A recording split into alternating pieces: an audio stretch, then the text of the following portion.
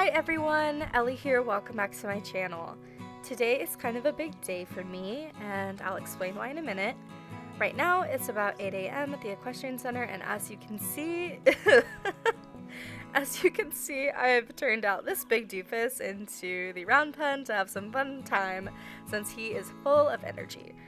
It is cooler out this morning since fall is approaching, and I think that's why Ace is so happy and excited, right buddy? What a weirdo.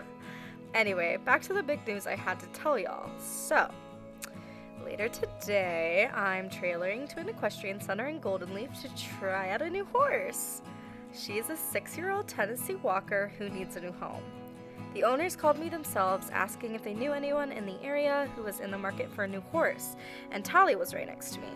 She immediately turned to me, her eyes as white as dinner plates, and nodded her head, pointing to me. Full disclosure, I am not in the market for a new horse.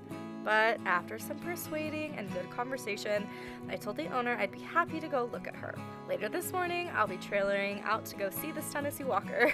I'm keeping a realistic mindset, but who knows, it might just be a match. I need to bring Ace back in, do a few chores around the barn, set up the trailer, and then I'll be off. So, I'll be back when it's time to drive to Golden Leaf. Alright, I'll see you guys in a little bit. Bye!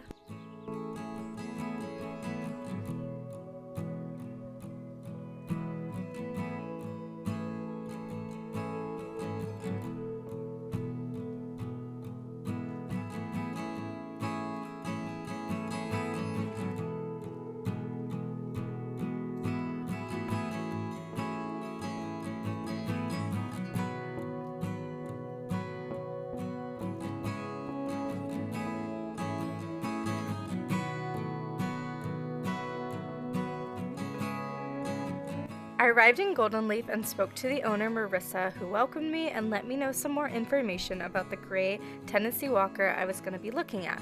She said that she's overall not very temperamental, but has opinions about things. She stands well, ties, trailers, and is broke to ride. Her training consists of basic groundwork with trot pulls and small crossrails. Marissa was honest and explained she can tend to spook easily and can also get girthy when being tacked up. If you don't know what that means, basically she gets irritated when the girth gets tightened around her stomach. So, I guess we'll see how it goes.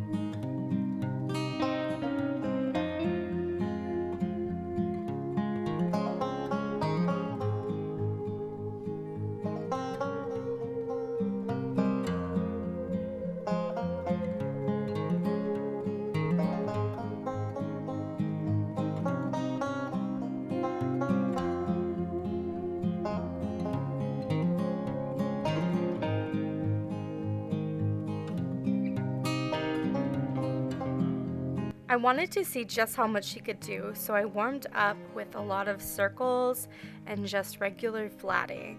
I immediately could feel her power underneath me and her forward energy as we picked up that trot. She was very engaged and alert, her ears perked forward and flicking back to listen to me anytime I applied leg pressure or asked for an inside yield to the fence.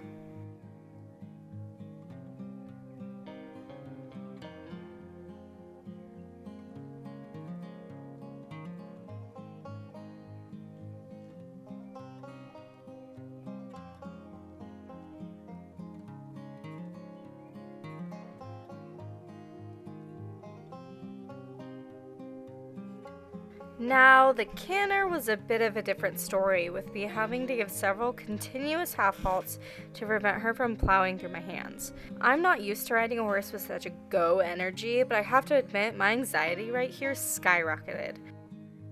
I did manage to communicate at a slower pace through asking her to slow herself in the corners, and I even did a few circles to bring her attention back to me. Despite my anxiousness, I think it went pretty okay in the end.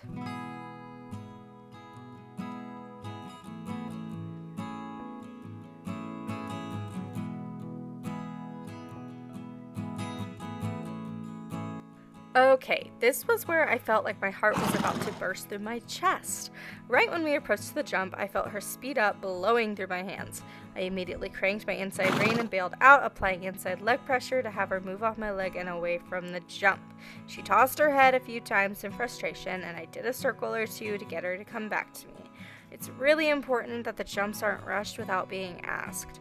That's a recipe for bad habits, and I'm no show jumper. I mainly stick to hunters. After a few circles and getting her back underneath me and listening, we tried it again, and I could feel a considerable difference in her approach.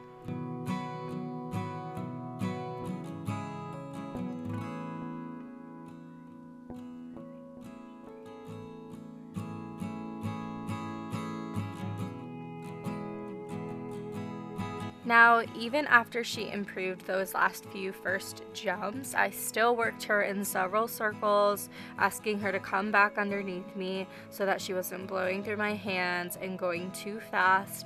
Okay, I really wanted her to listen to my leg and my cues I was giving her so we could maintain a nice slow and easy pace, and she seemed to listen.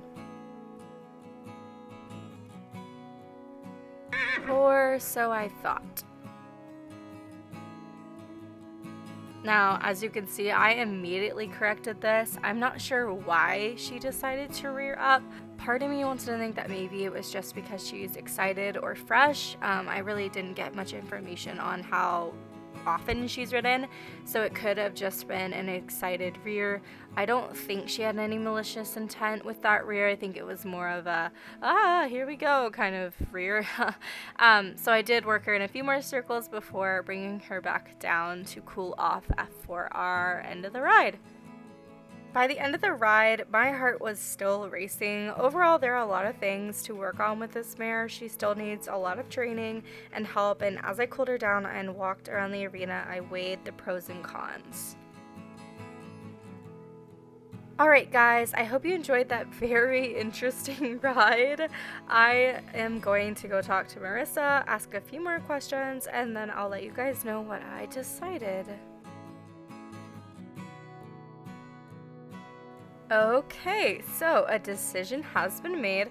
I gave Tali a call and asked her for some advice, letting her know how the ride went, what I noticed, and how I was feeling, etc.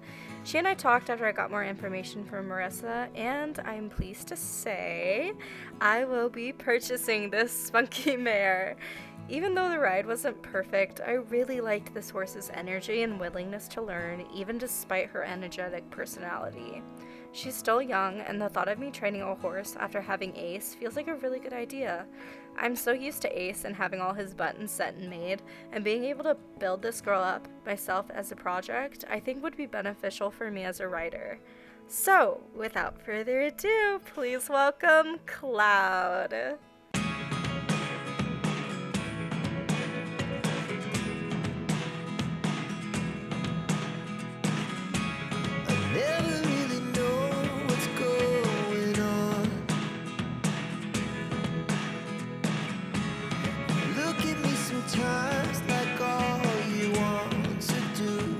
Thank you guys so much for watching. I'm really excited for the journey ahead and the things that will be learned by both of us along the way.